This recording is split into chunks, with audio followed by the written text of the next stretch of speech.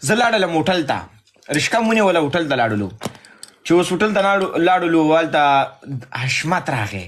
مونږ خو لوبې بېللې وې که نه، ځکه چې یوه لوبه هم ګټلې وه، 4 وې که 2 لوبې هم کړې، یوه لوبه هم ګټلې وه. حشمت راغی داسې جړغونی غوندې و. یاره دا نمونه مې زړه ورباندې درد وکړې. مې ولې ولا خفه یم. کېناستلو، مونږ ته یې کافي راوړله، که نه 15 کسانو یې کافي راوړله او مونږ سره عبید هم و. عبید لاړو، بیا حشمت راغی داسې جړغونی یې غوندې و، د سترګو ته یې ما کته، مې الله تعالی به خیر کړي. وایي نور په هېڅ شي باندې خفه نه یم، خلک مې د پلار عکس راخلي دي، کبر عکس توهین کنځا ورته کوي. وی بیا راته فیسبوک مې ډیلیټ کړې، وی د هغې نه پس ټیک ټاک مې هم ډیلیټ کړې، وی وټساپ کې راپسې خلکو میسیج کولې که نه، شاید د مونږ افغانان د پاکستان خلک دي. وی کابل ته راغللې، په تیږو به مو ولو، بیا د بیدي ما په د ناولي شینو به مو ولو که نه، ډېر زیات.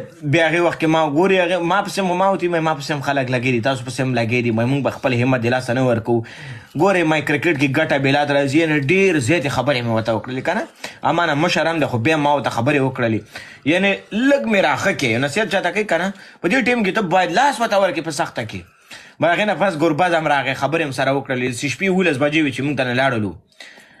سهار چې ګراونډ وم یا هلته په مونږ باندې د پاکستان نن بیا چپه کې کمان نه مې دا خبره کوله، مې دا ګریوان غوښ کړم، دا د زړه ارمان خو پوره کړم. ټاس مو چې وبیللو، مونږ ته ټاس مې وبیللو، مې چې لاړلو، ما وی ریلیکس، انشاءالله دې کې دې مونږ خیر دی. څنګه ما یې به دې کې به دې مونږ خیر وي.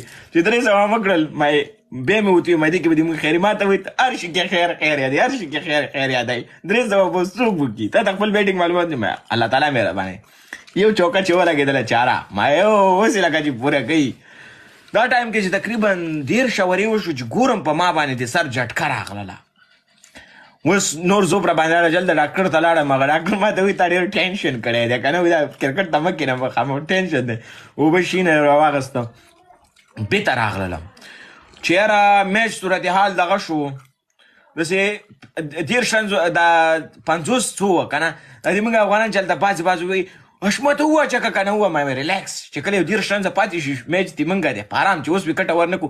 که د یادې مخکې زیمبابوې سره د مونږ 7 وکټې پاتې وي، 15 رنز پاتې وي، مونږ هغه میچ بېللی و په 2015 که 14 مې چې کله ما سوچ هغه نیولی و ماخوذ کې مې ومې دا 15 نه لږ دې خواته راواوړو، بیا پس ته به هیټینګ وکړي، بیا پروا نه کوي.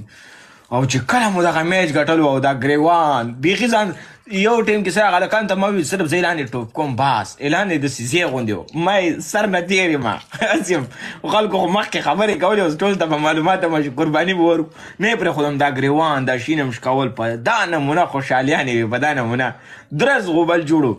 او هماغه د منافقینو په مخ باندې یوه غټه څپېړه لاړله، یوه غټه څپېړه. هغو چې شی کولو، هغو د مونږ خپې ویلې، هغه افغانان سره په خپلو کې جنګ اچي، په جنګ اچي، هغه نه غواړي چې افغانان پرمختګ وکړي. دا بعضې خلک وایي ګورئ ځکه پاکستان ته لاړل یم، چا را باندې ډوډۍ خوړلې کور یې ودان. په پاکستان کې که ته ورګه پاکستان کې مونږ ته پاکستان خلکو مینه راکړې ده بلکل، خو اکثریت کې د پیر صاحب نه آلی ده، مونږ ته پاکستان خلکو ډوډۍ نه ده کړې. اسکې ورور یو و، د اسکې ورور نه کور ودان، نور خو چا ډوډۍ نه ده کړې، ټول افغانان ونګه، ټول افغانان. او دا نه چې مونږ لاړو مونږ پیسې نه دي لګولې دي، مونږ یو پیر صاحب نه دی 25 لکه روپۍ تر چې کله زه افغانستان په تلم هغه د جیب نه لاړې وي، نور د ما د جیب نه به څومره لاړي، د شاجي پاکستاني او د هغه د جیب نه به څومره لاړي، د مجیب د جیب نه به څومره لاړي. هلته به چرچې د لاړلو 10,000 روپۍ 25,000 روپۍ باندې سي چیم اخیستلې. دا خو نه چې خلک درته راشي ته د هغو بېچارهګانو باندې پیسې ورکړې.